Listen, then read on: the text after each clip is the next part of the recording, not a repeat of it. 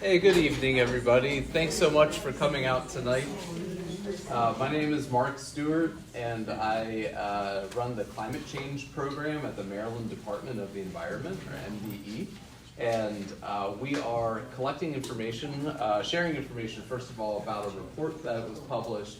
It was a collaboration between MDE and the University of Maryland's Center for Global Sustainability, showing conceptual policies and the pathway for Maryland to achieve its nation-leading goals to reduce greenhouse gas emissions economy-wide. So tonight, I'm going to give a little bit of an introduction and then turn things over to Dr. Kathleen Kennedy to discuss the results of the pathway study that they conducted. And then we're going to leave plenty of time for questions and answers so that we can all engage in a bit of a conversation about these topics. So I want to first, before I jump into any slides though, ask, are there any elected officials or staff of elected officials who would like to introduce themselves here? Yeah. Hi, I'm Jen Ayosa. I am the Director of Government Affairs and the Chief Sustainability Officer for Baltimore County. Great, thank you for being here. All right, well, let's dive on in. So, Can I ask you a quick question? yeah, sure. So just to go through the agenda, is there time for people to speak? Yes. Okay, I just didn't hear that, I heard. Yeah. Okay. Yeah, for sure. So we have roughly 30 minutes of presentation, and then we should have approximately an hour for what we call a listening session. So it's I was being too literal. Listening to each other. I'll give you a little bit of background on where this report is coming from, the background on the state law to reduce greenhouse gas emissions, and then again, I'll turn it over to our technical partners at the Center for Global Sustainability to talk about Maryland's climate pathway. We'll build in just a quick break right after that, just in case anyone has any follow-up questions really about any of the presentation material, and then we'll start the audience comments or listening session. So really brief overview. I'm not going to dive into climate science and drag you through all of this, but of course, our Earth is warming, our nation is warming, Maryland is warming faster than the U.S. on average. As our state is getting warmer, we have increased precipitation.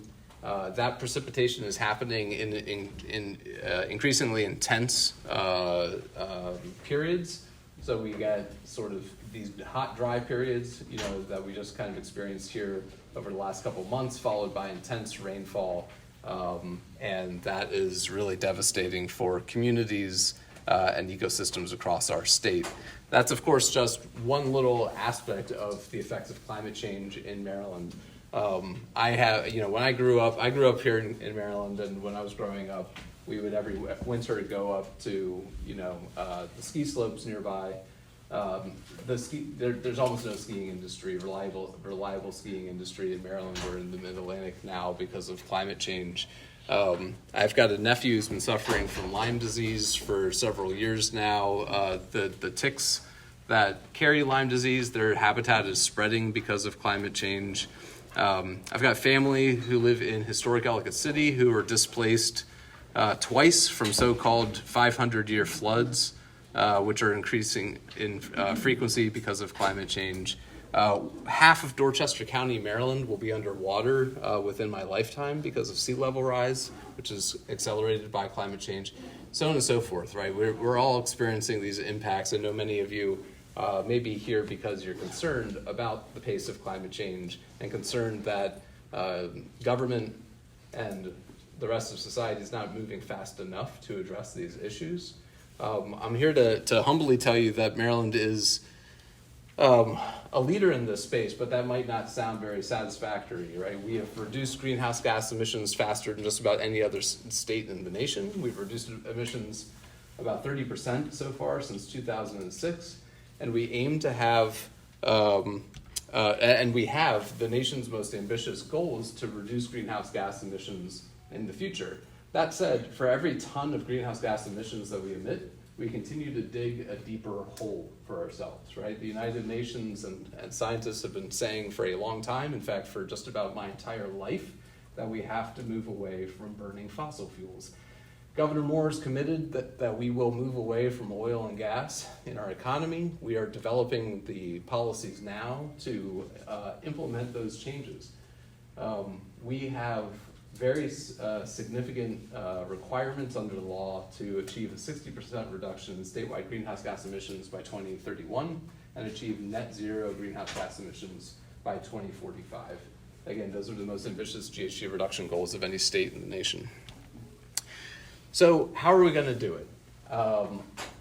We turn to the experts at the Center for Global Sustainability to help the state figure out what is the pathway to achieve our statutory requirements to reduce greenhouse gas emissions. And I'm very happy to say that the principal brain in that operation, Dr. Kathleen Kennedy, is here with us tonight to walk through the results of their study. So turn it over to you, Kathleen. Thanks so much.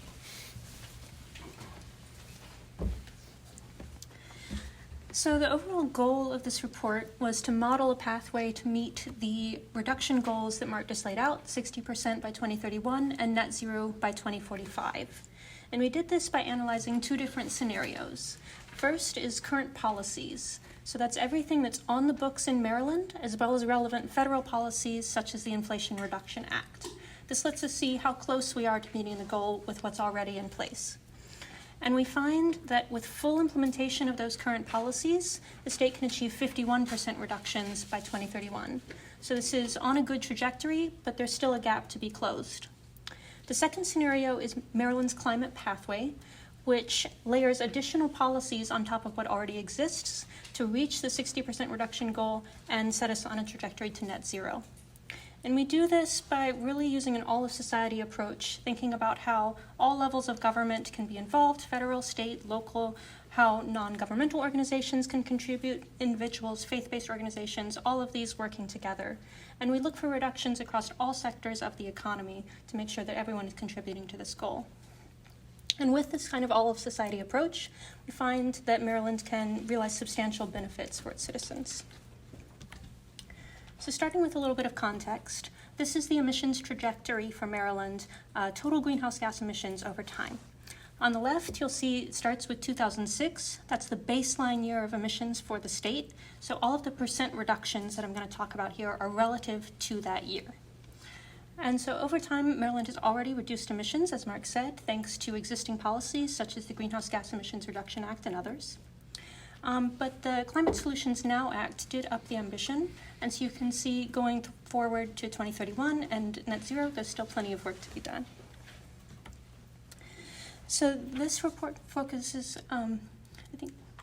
Maybe if you stepped out front more, we can hear you a little better. Okay, sorry. So is this better?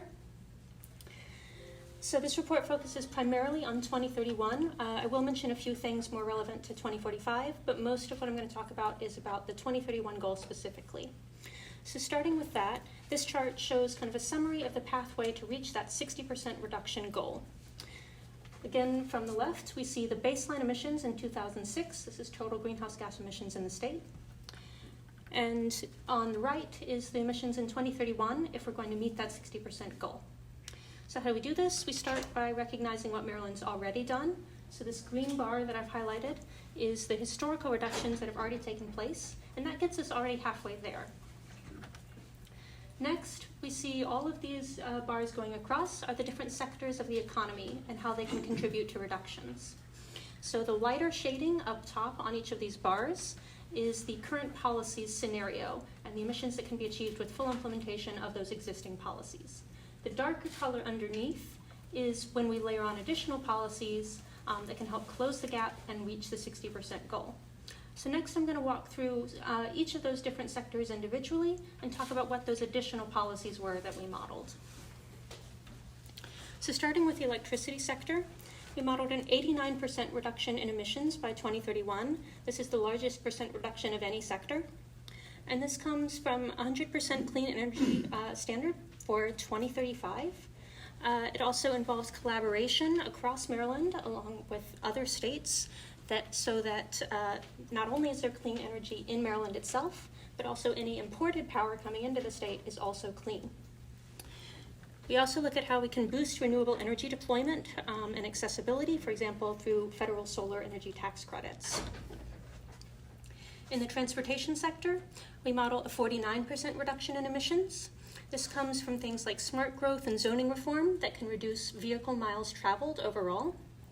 We also think about how to ensure access for state and federal incentives, and then have different policies that can improve access to zero emissions vehicles. So this includes things like California's Clean Fleets regulation and setting 100% electric bus sales by 2025.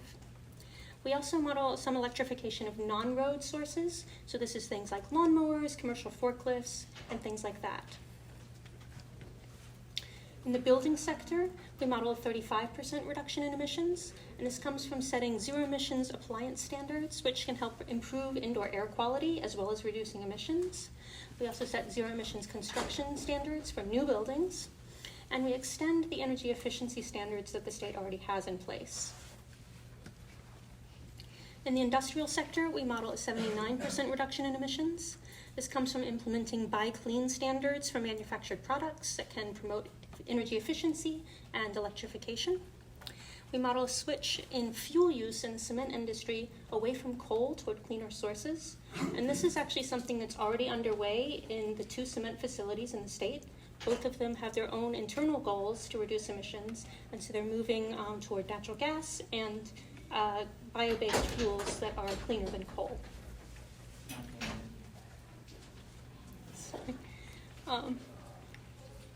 So we also include the manufacturing sector in decarbonization efforts. Currently, the state has an exemption built into the Greenhouse Gas Reduction Act that excludes the manufacturing sector from regulation on emissions, and we do include the industrial sector fully in our modeling here. Next, we have industrial processes and product use. So this is a bit different from the previous slide I showed because previous slide was just fuel combustion in industry. This is everything else, so things that might come from chemical reactions or other synthetic gases that are also warming. So here we model lower process-related emissions in cement manufacturing, and we use carbon capture and storage to reduce cement emissions beyond 2035. So this is one of the policies that probably wouldn't contribute to the 2031 goal, but can help reaching the net zero goal in 2045. We also reduce non-CO2 emissions from sources like air conditioning and refrigeration. And this is particularly important because non-CO2 gases can be particularly hard to abate. So really going after those can be an important way to reduce difficult emissions. Next, in the fossil fuel sector, we modeled a 26% reduction.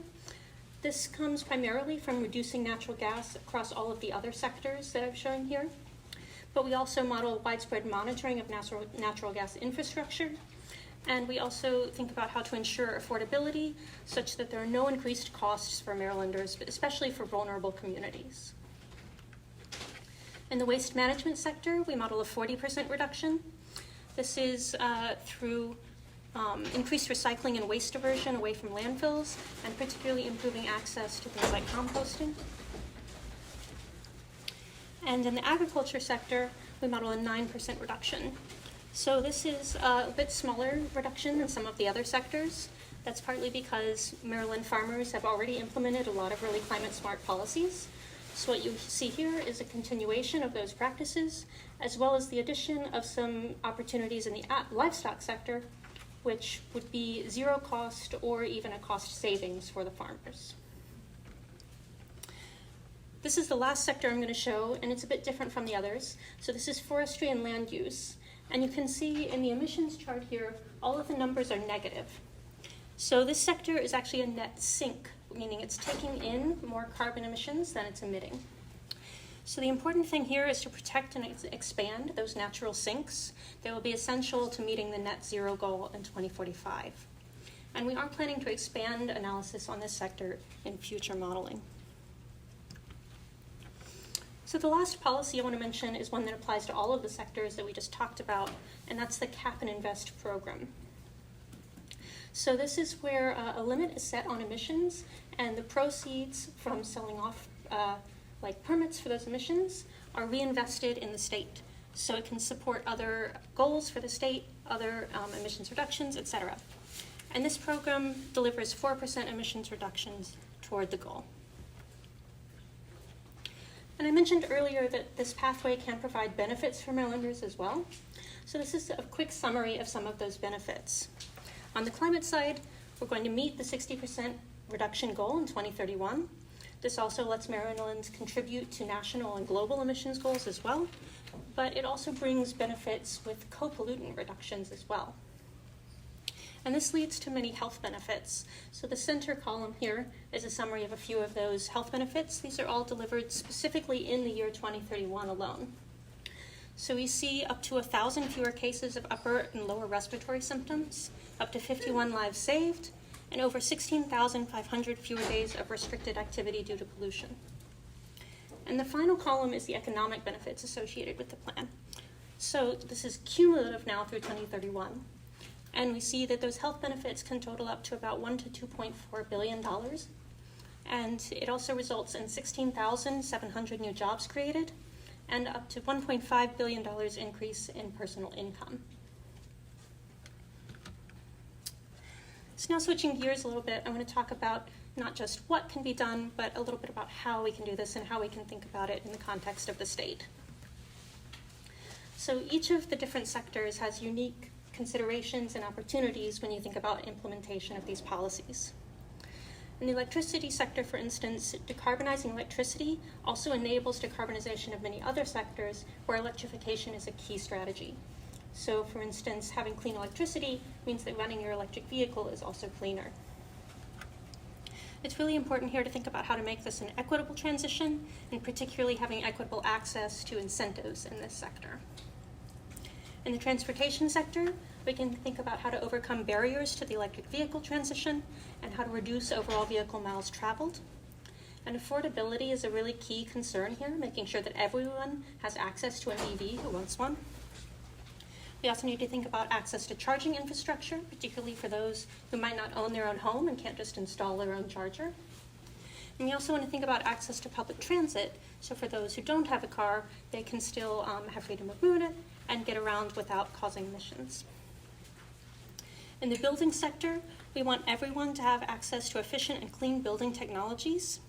Again, affordability is a really key consideration here, as well as thinking about access both for those who own their own home and those who rent. In the industrial sector, decarbonization can be challenging, but it has a large untapped potential. And a really key way to get at this potential is stakeholder engagement, really working with the companies, like I mentioned earlier, who already have their own goals and are moving toward reducing emissions already. There's also a role for research and innovation here for things that we might not have a perfect solution for yet, but future research can help with. In the waste management sector, it's an opportunity to achieve greenhouse gas reduction, but it's also an opportunity to improve equity. So landfills and waste incineration can be a key cause of pollution, and so reducing that pollution can help vulnerable communities. And we can also think about how waste diversion can help reduce the amount of waste going to landfills in the first place. Finally, in the land and agriculture sector, they can contribute to reductions in emissions, but they can also help other goals in the state, such as supporting the Chesapeake Bay. So the policies in these sectors can also improve soil health, they can preserve and expand forest sinks, and they can also improve water and air quality. And with that, I think I'm going to turn it back over to Mark. I did have one other quick announcement I wanted to make, which is that CGS is currently hiring to support some of this work. So if you're interested in that, you can come and talk to one of us from the CGS team about it later. Thanks, Kathleen. So we want to provide a few minutes if you have any specific questions about any of the presentation material that Kathleen just covered. Also, give you a few minutes if you want to, stretch your legs or take a bathroom break. So what we're going to do is, and we're going to get set up also during the next 5 minutes just for the listening session. So if you have any questions for Kathleen, go ahead, take the opportunity to ask her while I get some tables and chairs set up. Otherwise, there's bathrooms right down the hall, and in just a few minutes we'll come back and take any comments that you have that you want to direct to MDE or other questions that you have about anything that we covered. Yes, sir? Yeah, how do you reach zero emissions in buildings when BGE is actively building out new gas lines right now? Let's hold until we're back from the quick break that we're going to take so we can get set up here. So again, bathrooms right down the hall, and Kathleen can answer all the technical questions for you. So to really quickly gauge how many people are interested in making public comment tonight, quick show of hands, just so that we can get a feel for the time that we might need, time limits that we might need on comments.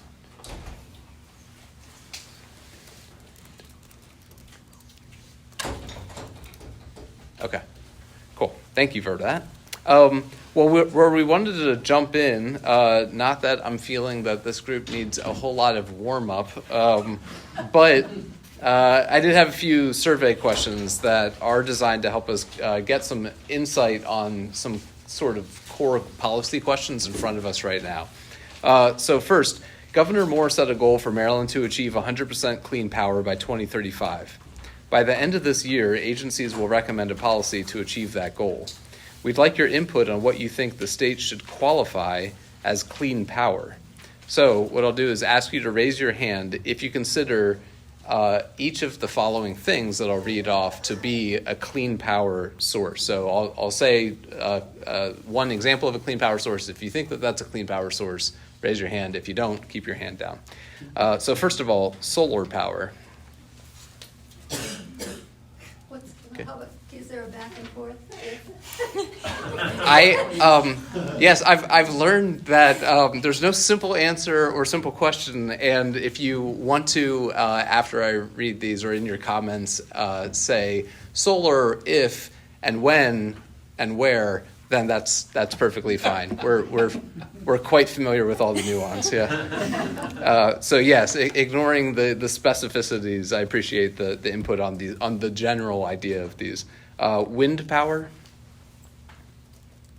All right, thank you. Hydro power. Okay, I'm seeing some shaky. The shaky hands are also in an unquantifiable way very helpful to see. Nuclear power. Okay. Woody biomass. That means burning wood to produce electricity. Okay. And municipal solid waste, i.e. trash incineration. Okay. Alrighty. All right, next question for you. If your home heating system breaks and you call a contractor to fix it, the contractor often replaces it with one that's similar to the old system. We're trying to design policies that encourage contractors to explain the benefits of higher efficiency heating systems to their customers to break the cycle of an old fuel-burning piece of equipment being replaced with a new fuel-burning piece of equipment. By show of hands, how many of you would rely on a contractor to pick the right heating system for your home versus picking one yourself? Who would probably rely on a contractor to make that choice about the right heating system for your home? Do you know what kind of contractor? Yeah. Hopefully you call the right one. Who? The one you pick. Would you pick any contractor of your choice, whoever you trust? I'm not suggesting any particular contractors in this case. Do you have a web page on how to pick it? So now we're starting to get good program ideas. Okay, so I saw a mixed reaction on if you would likely call a contractor to pick. Just to clarify the opposite, how many of you would pick your own heating equipment for your homes? Wow, this is okay. This is a knowledgeable group here. Okay. Couple discussion prompts. Cars and light-duty trucks are the single largest source of climate pollution in Maryland. Transitioning to electric vehicles, or EVs, is critical for achieving the state's climate goals. The best-selling car right now in America is the EV, so the transition is, of course, well underway. Does anyone have concerns about owning an EV and would be willing to say briefly what your concerns are? Or if there are any EV owners who could describe their experience, positive or negative, with owning an EV, we'd be interested in hearing your thoughts on that as well. Several people. Okay.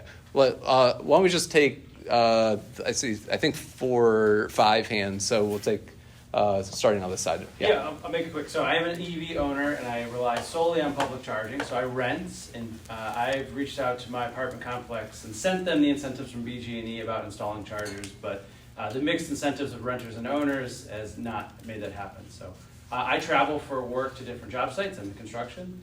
So I have run out of battery once. It was at home, and I feel like the information on how to get it going again wasn't quite there. But yeah, I am an EV owner, and I'm fine with being an early adopter. And I use Electrify America almost exclusively, and there's none in Baltimore City. It's I think the most popular charging network outside of Tesla. Gotcha. So non-Tesla. Okay. Thanks. Yeah. Super, super happy EV driver. I tell people when they ask me all the time, it's like driving jewelry. I did buy the nicer Tesla.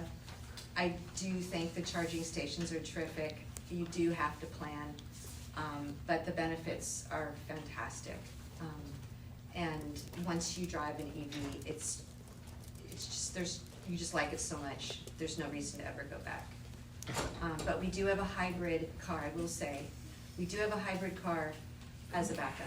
And I'm surprised hybrids aren't pushed more for the super long trips. We go to Maine, and there's not a lot of charging stations. Sure. Yep. Thanks. I'm forgetting who. Oh yeah, go ahead. I would like to see less of our electricity generated by oil and gas, because that's what we're fueling our electric cars. Yep. That's my comment. Thanks. Yep. So I'm an EV owner, but when I knew that I was going to make that transition, I didn't want to be charging it on strictly fossil-based electricity. So we also installed solar panels on our home, and for me, that's the perfect solution. I know that's not necessarily affordable to everyone, and so I'd like to see opportunities for packaged incentives so that we aren't driving electrification on fossil fuels that aren't really getting us where we need to go. Quick plug, Maryland is going to be applying for the Solar for All grant to get lots and lots and lots of money to help install solar, especially on low to moderate income houses. Yep, let me get these two here. Yep. Yeah, so I'm with the fellow down there that I was actually going to buy an EV, but there's no place to charge it where I live, and it seems like, it's something that's not really a popular idea yet. Yeah, thank you. So, I first want to say that I am in favor of climate change. With that, though, VMT and the solar thing, I have a 35-foot pull-behind camper, travel a lot, go places with the grandkids and all that, and from reading this plan, that's all going to go away. There's no policy that we're looking at that's going to take away your truck or camper. That are going to pull that camper. So the state's policy on electric vehicles, we are among the many states that have followed the California Advanced Clean Cars 2 rule, which means that we are requiring manufacturers to offer more and more and more electric or zero emission vehicles actually into the marketplace, so that by 2035, the only vehicles in the light-duty class that would be available would be zero-emission vehicles in terms of new cars sold in the state.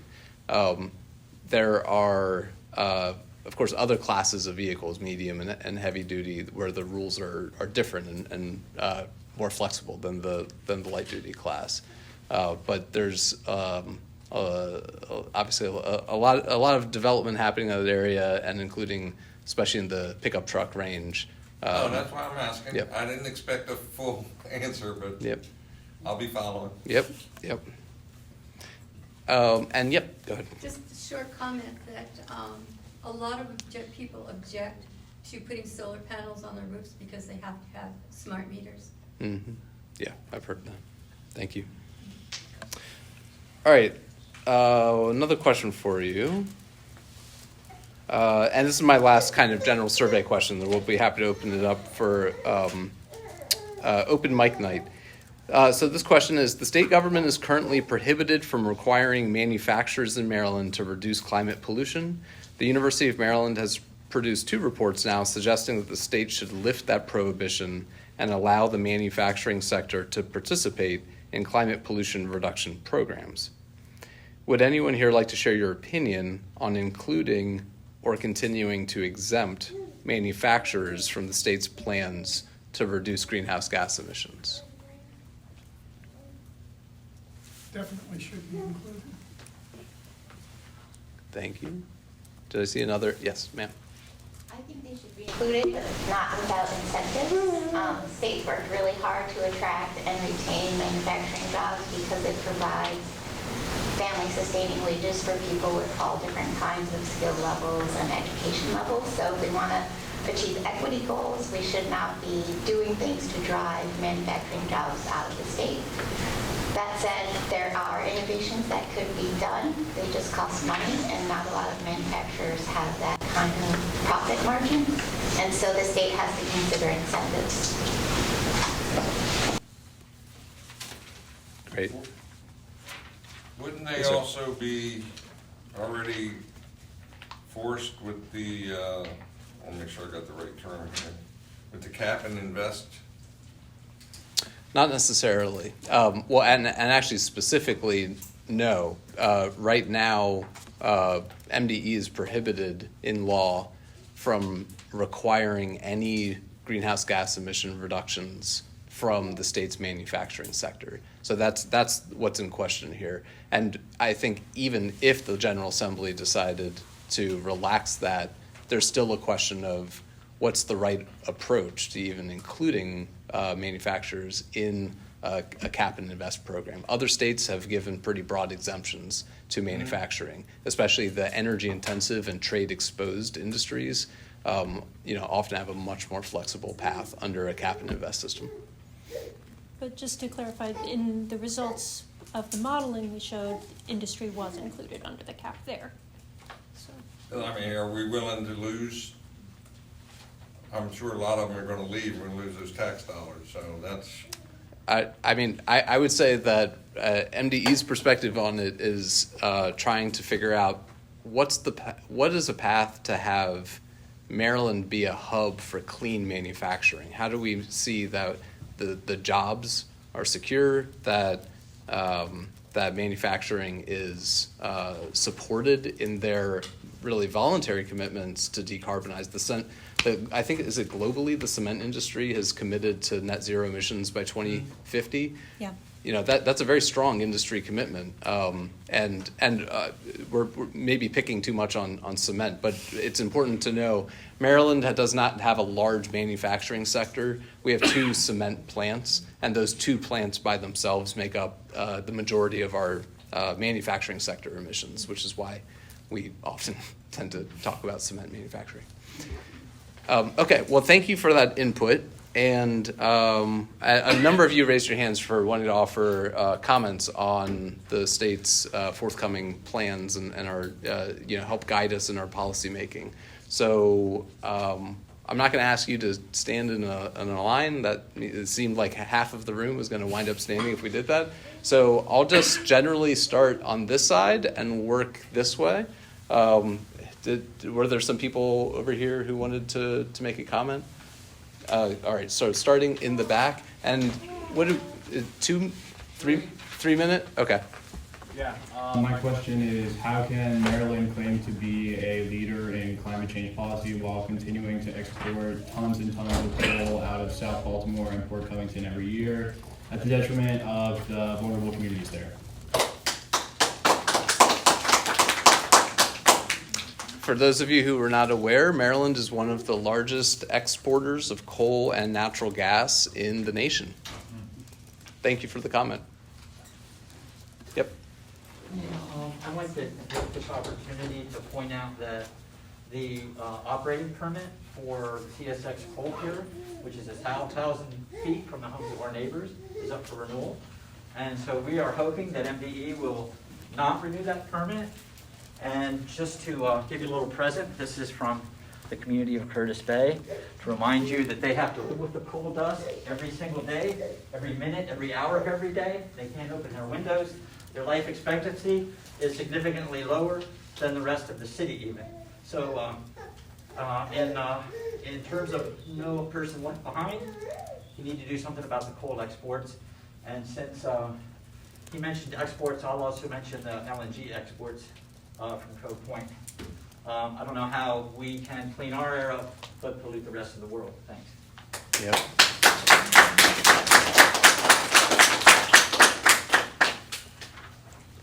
Thank you very much for that comment. And Maryland used to have the worst air quality east of the Mississippi.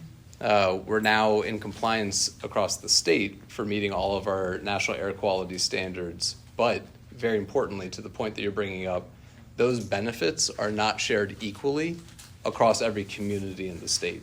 And seeing that every community in the state has clean air and a healthy environment is a top priority for MDE in this administration. Yes, sir. I have actually a way to do that. My name is Sinai Emanuel. I'm with Progressive Maryland.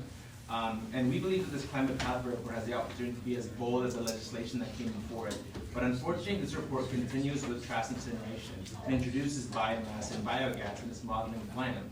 This is deeply troubling to the communities that live adjacent to the incinerator, an area of environmental justice concern highlighted in this report. My colleague, Sir James, has been connecting with hundreds of residents in those neighborhoods, including Cherry Hill and Westport. And residents are deeply concerned about environmental injustice in their community. Many who have been negatively impacted by the incinerator wanted to attend this event tonight and could not, but do plan to submit their comments in writing. According to the city's greenhouse gas emissions inventory report and EPA data, the Fresco plant creates the equivalent emissions in a year as around 145,000 cars.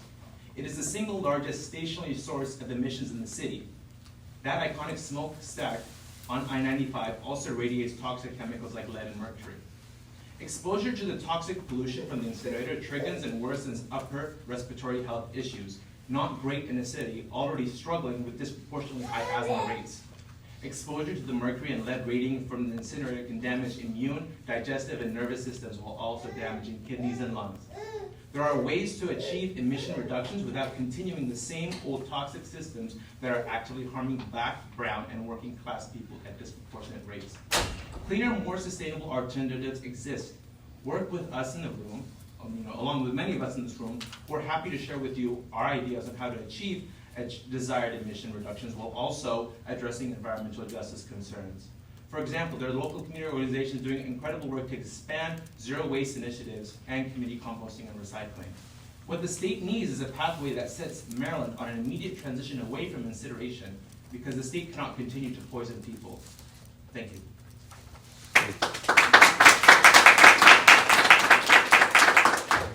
Thank you for your comments. Sorry, yes, sir. Yeah, I have a brief comment question. My name is Justin Berry. I work with the Green and Healthy Homes Initiative, and we definitely have an interest in buildings and agree that building decarbonization, home decarbonization is a great climate policy as well as a health policy. My question comes from the policies modeled here, like the appliance standards, where we agree this is a great opportunity, but also know it can be really challenging to electrify a home, especially a low-income home or an older home where related upgrades are needed. You need to upgrade the efficiency of the building to make it an affordable, right-sized heat pump, et cetera.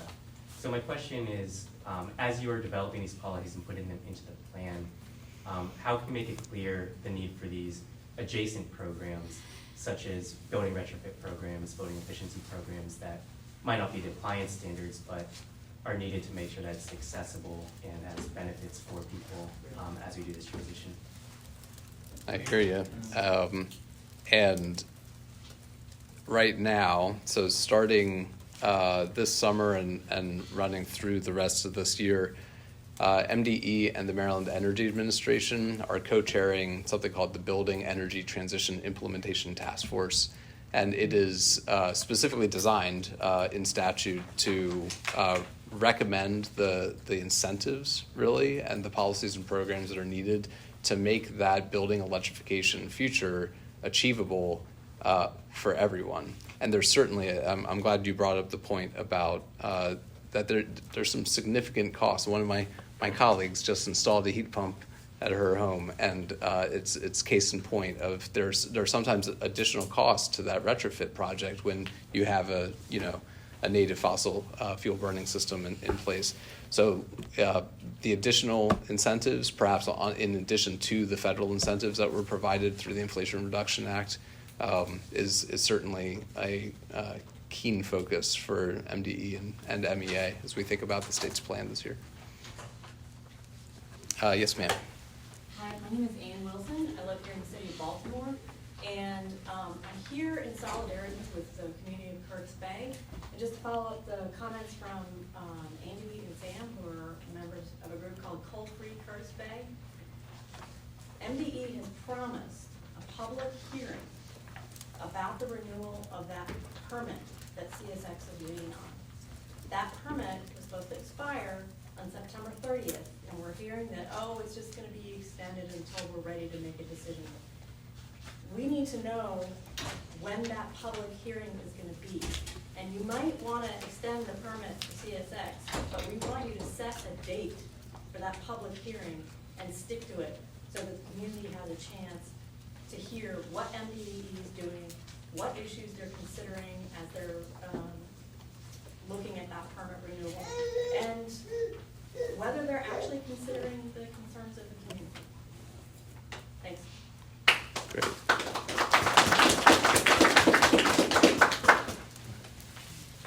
Thank you. So I'm not familiar with that, but I'll bring that back to the office tomorrow. Thank you. Yes, sir.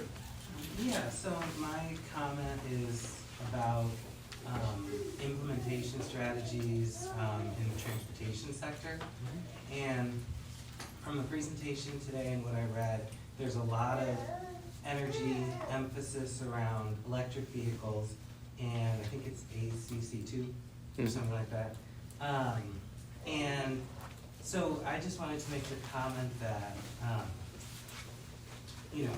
ensuring access, continued access to single occupancy vehicles does seem like a bit of a backward strategy when you're focusing on the environment, climate. And my comment is that it's great we're following the standards set by California, but in 2019, New Jersey was the first and only state in the nation to require employers with 20 or more employees to provide pre-tax transportation fringe benefits to all their employees. I definitely would emphasize that Maryland has to incentivize the people who are doing the right thing, incentivize transportation riders, people who cannot afford EVs, they're very costly, and that should be the access that we should be really focused on is helping people get out of those cars and into other modes of travel. Yeah.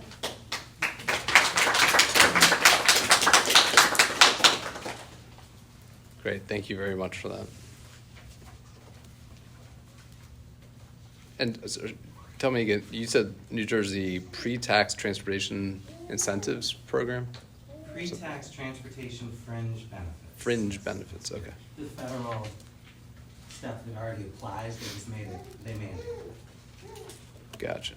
For public transportation, public transit. They're for a variety of alternatives. And we already have the Maryland commuter tax credit for employers.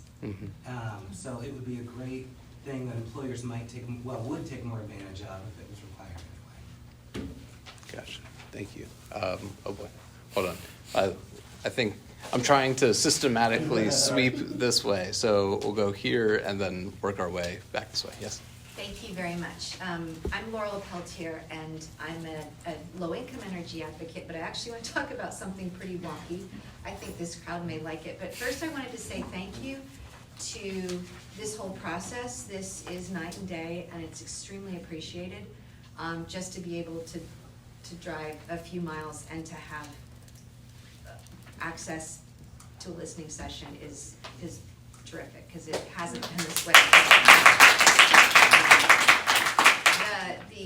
The outreach has been very noticed, and to me it's terrific. So what I noticed in the report, which I thought was excellent and aspirational, but you gotta start somewhere, is that there's a big assumption about the current electricity gains from our current plans are a majority of the greenhouse gas reductions.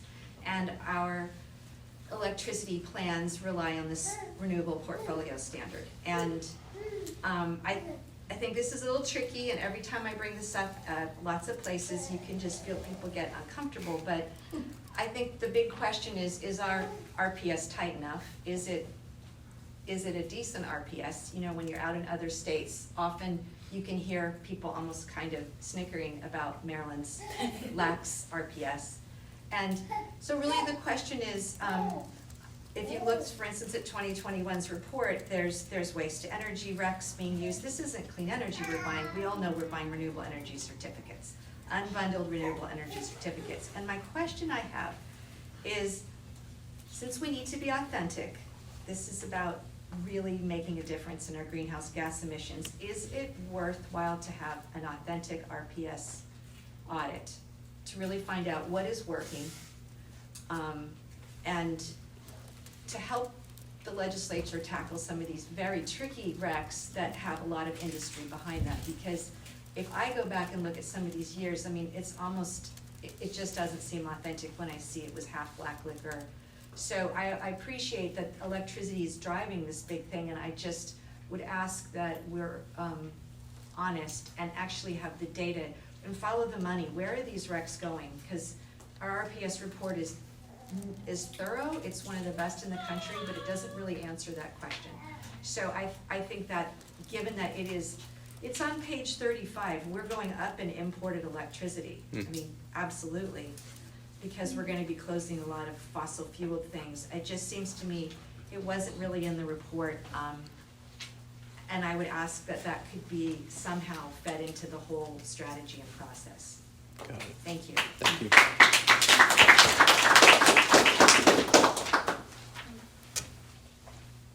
Thanks. And, you know, we mentioned that Governor Moore has a goal of 100% clean power by 2035. I can't tell you what that policy specifically is going to be and its interaction with RPS, but that's certainly something that's being mapped out. I know that's being mapped out, and I think it's just important to know that there are people in Maryland that are starting to just be more vocal and comfortable and just saying, come on. Like a renewable energy, just listen to the Reveal podcast about the renewable energy certificates from a trash incinerator. You're just like, how long are we gonna support this? So anyway, Thank you. anyway, thank you very much. Saw a hand here. Yep. Is there any scenario that MDE can see itself congratulating itself on its climate change, on achieving its climate change goals without closing down its export peers? It's a good And question. do you see it, and does MDE see the hypocrisy in doing this kind of work that you're presenting to us and having the #2 coal export peers in the United States right down in South Baltimore? That's a great question. Thank you. Yes, ma'am. Several people have talked about environmental justice, and I think that the approval of the crematorium in Govan should be revisited. Oh, yeah. The crematorium in where? It's right off of York Road, Okay. main hub, and it adjoins, and the fumes, whatever, the smoke from it reaches several communities. Not just the poor this time, but also Cedar Croft, which is a wealthier community, but of course, all the way down through Govans.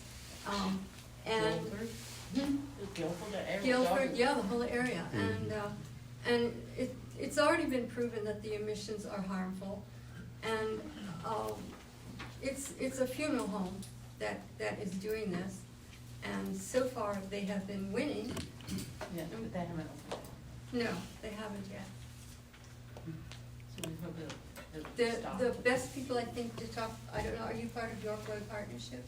No, so Got it. York Road Partnership are the most knowledgeable and have really been keeping up with it. Got it. Okay. Thank you. Let's see. Yes, ma'am. Me? Yep. Okay. Couple things. One, just to emphasize on some of the comments made, that public transportation really need to see leadership from the state in this area. In particular, in the Baltimore area, we do not have a regionally focused transportation planning organization that has real power. We rely on MTA to deal with our buses, to plan our trains, to electrify our buses, all of those things. It all has tremendous impact on lower income communities. And so we need the state to do more leadership in this area. What I would say, you know, in looking at Baltimore, Washington DC has a rainbow of lines, right? The red line, green line, the silver line, the blue line, and this line. That we have the blue line, and we want the red line. And we need leadership from the state in that area to have a high quality east-west transportation system. Yes, absolutely. As opposed to many highways to nowhere. Right, and not any more highways to nowhere. Also, just a quick thing on MTA electrification of buses right now. They have over 300 diesel buses on order, I understand. And they're gonna be around for many years. I wish that they had more urgency. I mean, I think they're sincere. I've read their stuff. I'm impressed. I'm hopeful about them. Maybe I'm naive, but they seem quite sincere to me. They're making real progress. But I think some of that 340 buses, that's about half their fleet, should be, they should see if they can turn them into electric buses. In saving heating costs, thank you so much for your comments. The only people I know who are taking advantage of the Empower Act are very middle class and comfortable people, and I would just emphasize to that group who is building energy transition for electric incentives and stuff, communication with lower income people, maybe having people, the way we did for the Obamacare, where we had people to teach people how to take advantage of it, to help them figure out how the heck to get this money and that money that can be thousands of dollars, and then they would save money on these heat pumps. I mean, it's like a huge, it's an anti-poverty thing as well as a energy savings initiative. So there really should be more emphasis on that as having that important role for lower income families. There are 14,000 vacant homes in this city.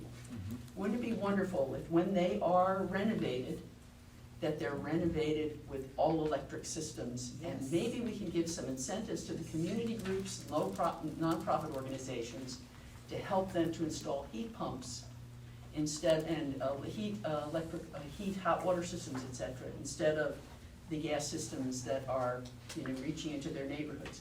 It would make a real difference, I think, for them. They're already struggling with a lot of things. So thank you all for your comments on trash incineration and biogas and biomass. They produce pollution. We don't need any more producers of pollution for our communities. And one thing no one else has mentioned is composting of trash. I'm glad to see it in your report. We just urge you to be more ambitious. I don't know anyone who's lobbying against composting. It's like so easy to do. I started doing it, I couldn't believe how simple it was, and your trash doesn't stink. You know, you've got lots of incentives to do it personally. So why not say, instead of assuming like a 10% on top of what was gonna be done, why not 30%, 40%?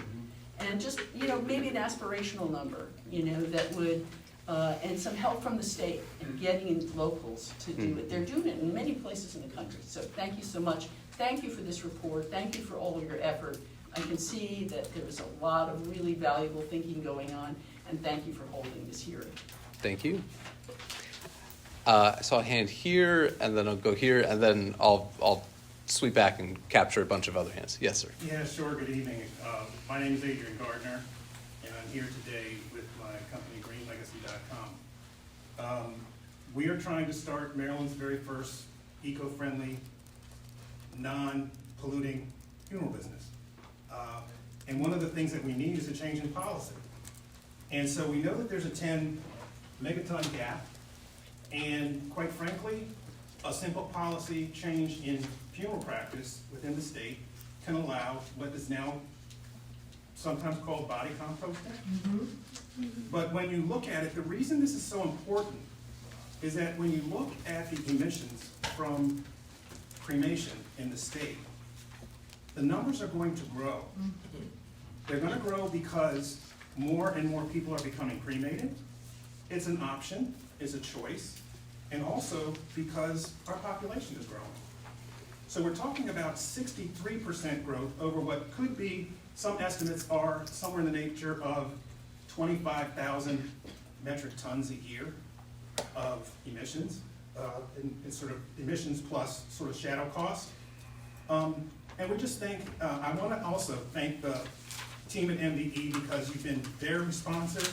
The secretary's been responsive, but I really do want to, I wanted to say publicly thank you all, but also say publicly that the time has come for this. It's already legal in seven other states.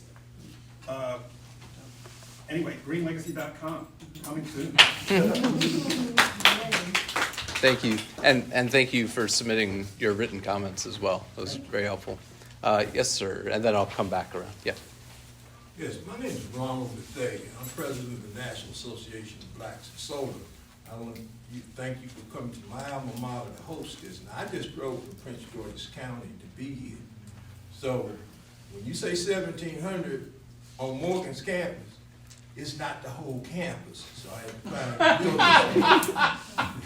okay, but the reason why I'm here tonight is because I'm working with my state delegate, Mrs. Dana Travis, and we're going to be introducing legislation in the state legislature for the state of Maryland to adopt and pass legislation to adopt Justice 40.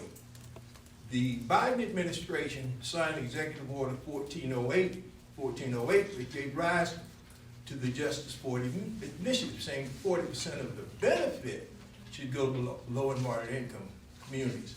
My firm worked with all the African Americans, solar, design, and firms and renewable companies doing business in the U.S. Out of over 13,000, we got less than 30 companies. Now, what is very troubling to me about this situation in Maryland is I call the U.S. Attorney's Office about an issue. It's called the data sharing deactivation of over 22 million U.S. residents who have already installed PV systems on their rooftops. The utility companies have deactivated the data sharing option. Our Senator Van Hollen has already sent a letter to Jennifer Granholm, the Secretary of the Department of Energy, back in April with the Senator Van Hollen Wells from Vermont about this issue. The utility companies are stealing thousands of RECs, green credits. And if you live in Prince George's County and you live on the Maryland side and the transmission lines go across from the district into Maryland, you can sell your energy credits to Pepco for $365 a kilowatt hour versus what the RECs are selling for in the state of Maryland. Thousands and millions of dollars are being lost by Maryland residents because they simply don't have this information. I produce a podcast called Solar Now in the Future with its economic impact on Black America. If you go to positivechangepc.com, you can get this data. And the other issue is Maryland has 23 counties. Only 2 counties have put forth initiatives for tax credits for homeowners who put PV systems on their roofs. The problem I have with my PG, which we call Ward 9, is that if you get on the waiting list August 12, 2023, it'll be 2036 before you can even get it, come up on the waiting list. I just turned 72 Friday. I ain't got that kind of time. Okay? So we are looking at a situation where most of our baby boomers are homeowners, and if you do your research and look at the data, it will show that younger people aren't buying homes, older people are. And we've got to try to address that issue as well as this deactivation issue. I had dropped a few other work comments that I want to share quickly with the listening audience about Prince George's County just received $25 million for zero emissions from the electric buses. This comes from the White House Office on Strategy and Affairs, and they put out a fact sheet, and they broke down how much money is in the coffers for 22-23, how much money will be coming to Maryland. The city of Baltimore has received $2 million for a planning grant for connecting communities programs. For clean energy, you have $3.5 billion in the weatherization program. Maryland has received $69.6 million allocated for 2022 and 2023, $7.1 million through the state emergency energy program, $7.1 million for the energy efficiency program. One of the issues we have here at my alma mater, we were one of the institutions that just received, Morgan received $4 million, Coppin $3 million, UMS to put in fiber optics. But the number two fixed cost after salaries on any campus is energy. We just doubled the energy cost at this university, which is going to affect the tuition. So how do we adjust this when we don't have the workforce development training funding? And Maryland just received $32 million from the Good Jobs Challenge from Commerce last year. I went after a grant with Power 52. Most people have heard the name Ray Lewis. Their training facilities in Howard County. We went after a $19 million grant to train 1,000 young people to be energy artists, PV installers, and electricians for EV charging infrastructure. We had 7 African-American firms from Mississippi coming all the way to Maryland who weren't successful, but the state of Maryland has received $32 million. And when I asked Mrs. Cherie Brooks, who runs the academy in Howard County, and they do an excellent job training Baltimore returning citizens, they can't get it done. So I came to this meeting today to sound the alert that there has to be more than talk. You've got to spend some money with black-owned media to get the word out. This is a problem. Thank you.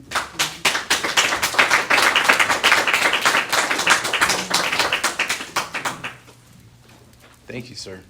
And you're an energetic 72, so you have a long road ahead, I think. Thank you. Yes, sir. How are you doing today? My name is Jomar. I'm an organizer with Food and Water Watch, a nonprofit representing more than 50,000 people here in the state of Maryland. I'm also a very recent alumni of Morgan State University. I just want to say really quick that we do support the goal of 100% renewable energy. However, we do have some comments about the plan itself. Over the past few years now, the Reclaim Rec Coalition, represented by a few people here today, has been fighting to clean up Maryland's RPS, trying to get trash incineration, woody biomass, and biogas specifically removed. Right now, these are eligible for the same subsidies left for real clean energy like wind and solar power, and we do not believe they should be. Trash incineration specifically has been a huge issue here in Baltimore for years now, leading to a decrease in air quality and an increase in, or a decrease in air quality as well as an increase in, respiratory health issues here in this city. Woody biomass is suggested to be a cleaner energy source in the report itself. We do not agree with that. Burning wood creates the same methane associated with fossil fuels. We also are kind of fearful that the mention of quote-unquote bio-based fuels could lead to permitting for biogas projects here on the Eastern Shore. We just want to say that anaerobic digestion of chicken waste does still create methane, and we rely on the same methane gas pipelines used right now for fossil fuels. We do not think we should rely on old infrastructure for new energy sources.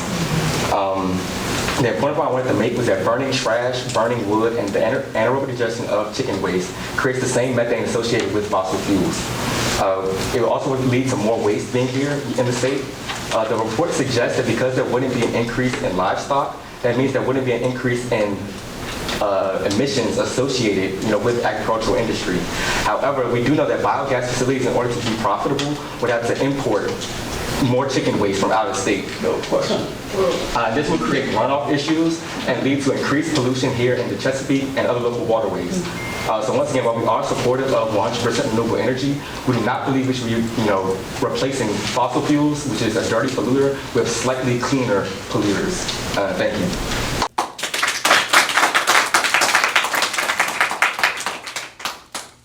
Great. Thank you very much. Yes, sir. So, thank you. I'm going to follow him up a little bit, but on the other side, with 25 states in the country going with fuel choice bills, Maryland's going to clean up, and I get that. And so, one, where does that leave us with everybody surrounding and all this other dirty air? And then my follow-up to him, have we done studies? Because the propane industry and the natural gas industries are looking at cleaning up their methane, and they're calling them renewables and biofuels and things like that. The infrastructure's there, so, and I get everybody and everything going on with that, but my question is, have we done studies, and have we even looked at that? Yes. As a potential. So in generally speaking, yes, it's been studied. Specifically, MDE has engaged in a couple of studies looking at what is the potential for renewable fuels to replace some of our fossil fuels in the state. And as a comment came up just a second ago that suggested that there's not enough potential, even in terms of biomass potential, to produce enough renewable fuel to meaningfully displace the amount of natural gas that we currently consume. So Maryland would, in that case, if you're looking at a full replacement of natural gas and propane with renewable fuel, would need to import a significant amount. Now, of course, we're importing our fossil fuels in any case, right? Maryland, we're an anti-fracking state. We're not producing natural gas. We import pretty much all of it. So maybe the import thing, you shrug off and say it's not a big deal. We import it to ship it out of Calvert County.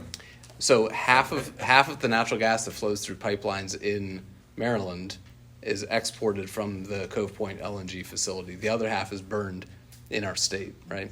So coal is even more imbalanced, as someone mentioned earlier. We use now a very small amount of coal, and we export many millions of tons of coal from Baltimore.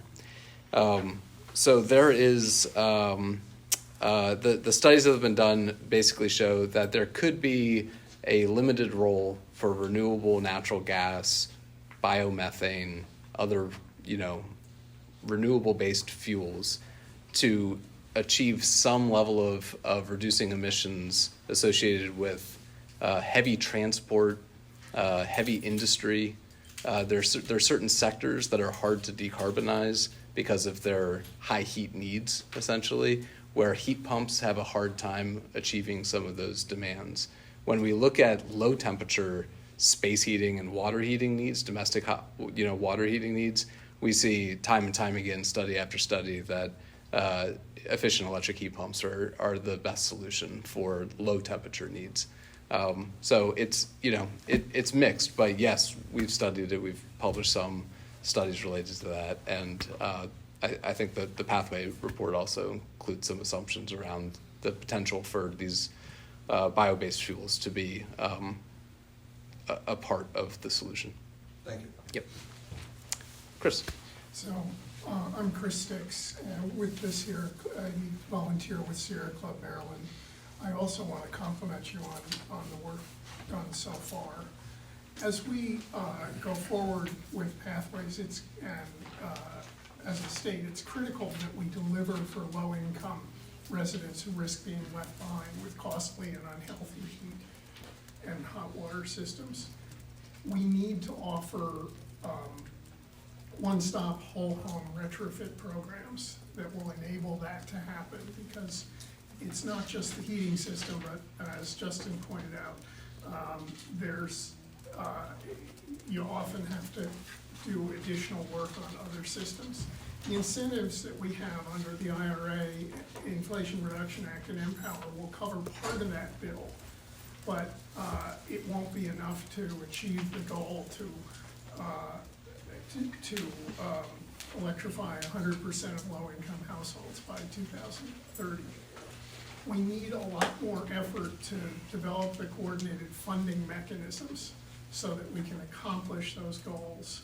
And we need to be able to finance the cost of installing clean, high-efficiency equipment in rental properties where the owner may not have the incentives to do so. And we need to provide appropriate incentives for middle-income households. The Pathways report identified inclusive utility investment programs such as Pay-As-You-Save.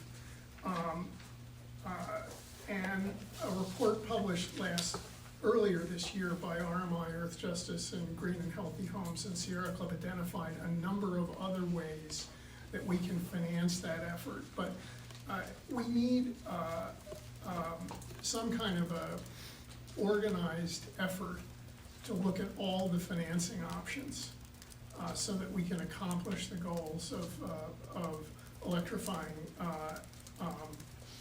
low-income homes. I want to focus on one other thing, which is air quality regulation should be enacted under the Clean Air Act to require that buildings install high-efficiency heat pumps when the existing space and water heating equipment needs to be replaced. That's a regulatory rather than a legislative pathway. They could become effective later this decade and would reduce nitrous oxides and ozone, along with greenhouse gases. Thank you. Thank you. We have, Totally different subject. I haven't spoken at all yet. yeah, I was just going to say, I think that we advertised the end of the event to end at around 7:30, which means we probably have time for 2 or 3 more comments. Brief. Because Yep. it's not only going to be brief because I brought a whole sheet of links so people can look up.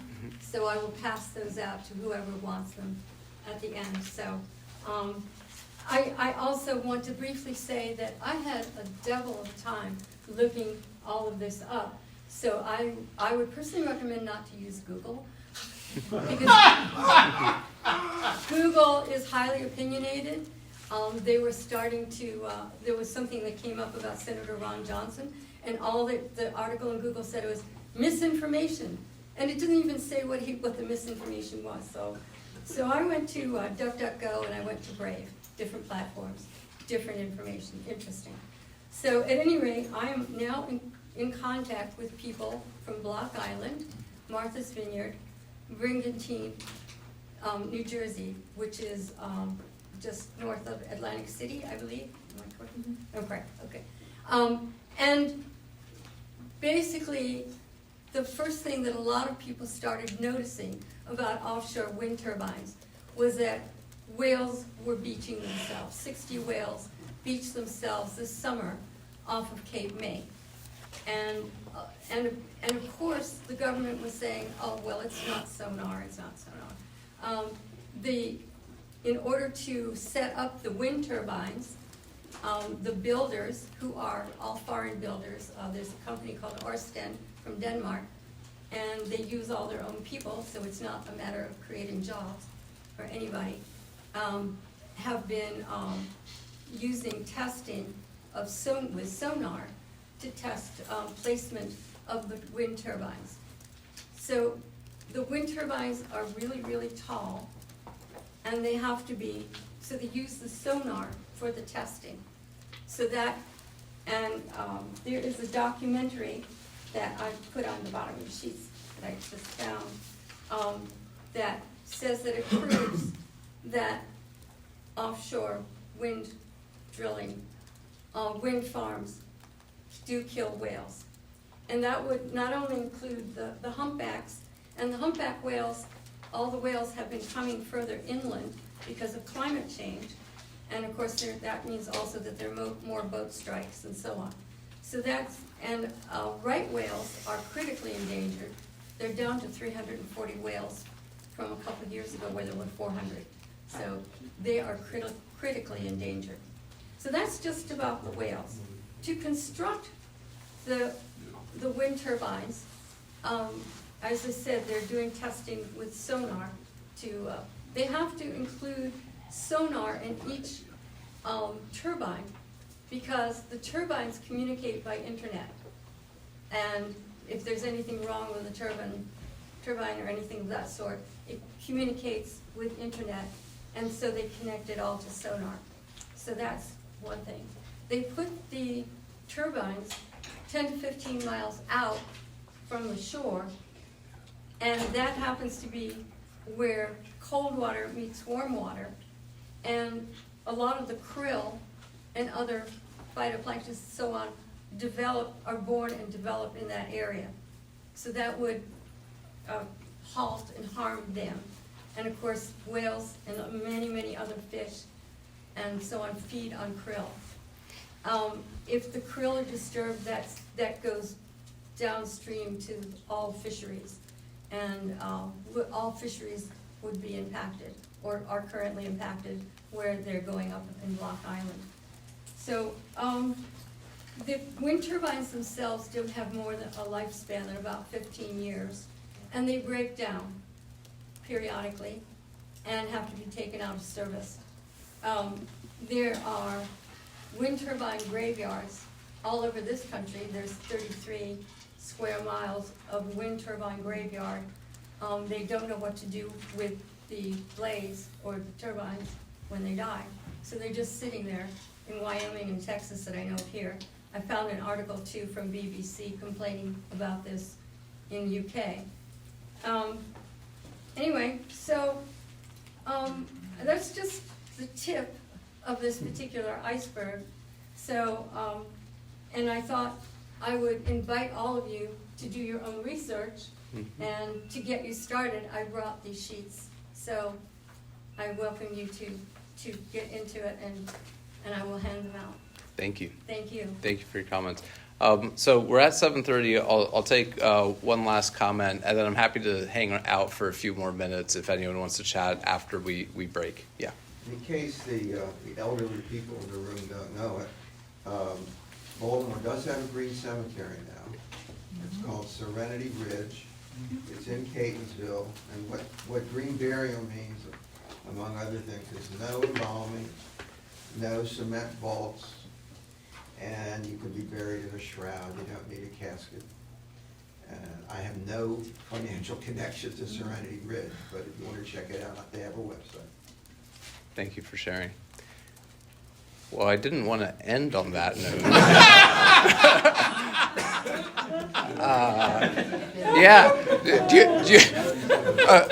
Perhaps a brief and more uplifting final comment? My name is Sharon Lee, and I'm local here from Morgan State University. Welcome all to here. I helped to reserve this place, and really I would like to thank Tanya Sanders. She wasn't able to be here, but she's done a great amount of work setting up this thing, reserve it, and get everybody to come here. So that is my, so if you allow me to get one more question, it's gonna be for Catherine.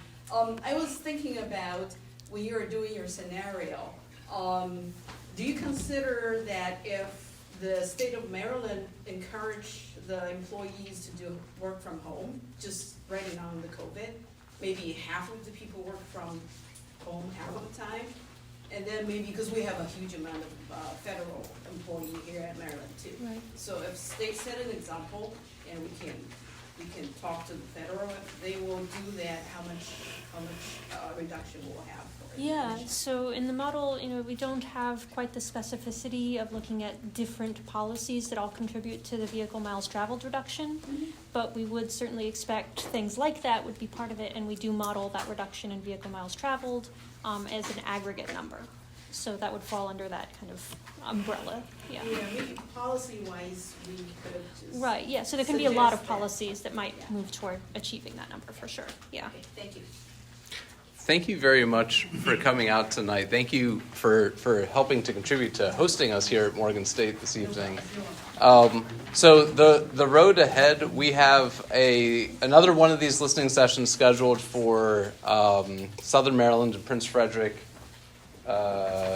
next Tuesday night. And then there's an online listening session, I believe, the week after that. That'll conclude the kind of listening session to get input on the results of the pathway report. We are also accepting written comments through October 15th. We'll share out all of the written comments sometime after October 15th so you can see what was submitted.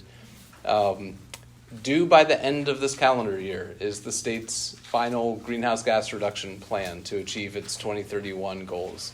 So assuming that we're able to meet that deadline, we are, eager to get your reactions also to that final plan, where we will be able to present a little bit more detail, perhaps, than what was in the pathway report about what the state's policies will be to reduce greenhouse gas emissions to meet the state's requirement under law to reduce greenhouse gas emissions 60% by 2031. So thank you very much for coming out tonight. Again, happy to stay behind a couple minutes if anyone else has any questions.